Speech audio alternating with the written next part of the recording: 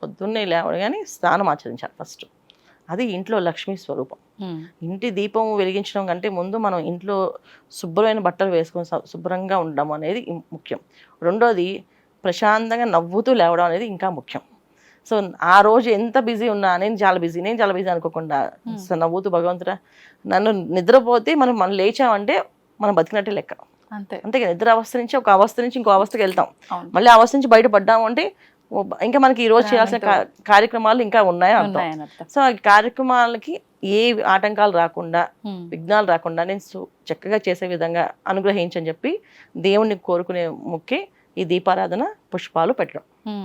So ఇలా చేసుకుంటూ వెళ్ళడం.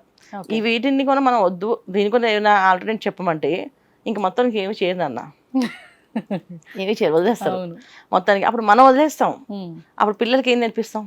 రేపు పిల్లలకి అసలు భగవంతుడు ఒకటి ఉంటుంది. ఇప్పుడు చాలా ఇళ్లలో దేవుడు రూమే లేదు. అవును, ఏదో జస్ట్ 2 ఫోటోలు పెడుతున్నారు. ఏదో కొంతమంది మెడిటేషన్ చేస్తాం మాకు భగవంతుడు అక్కడ మాకు కళల్లో మాకు అనిపిస్తుంది అని చెప్పేది తప్పేమీ లేదు. కాకపోతే ఏంటంటే నెక్స్ట్ తరానికి ఏమి ఇస్తున్నాం మనం ఇక్కడ ఓకే, బట్ నెక్స్ట్ తరానికి ఇవ్వాలి అంటే మన ఆచారాలు, మన సాంప్రదాయాలు, మన హిందుత్వం ఏదైతే ఉందో, మన సనాతన ధర్మం ఏదైతే చెప్పిందో ఈ ధర్మాన్ని మనం పాటించాలా చెయ్యాలి. ఇది మన మానవ జన్మగా మనం తీసుకున్నప్పుడు, ఒక హిందూ ధర్మంలో మనం పుట్టినప్పుడు హిందువుగా మనం చేయాల్సిన కార్యక్రమాలు కొన్ని ఉంటాయి, బాధ్యతలు. ఇవి బాధ్యతలు.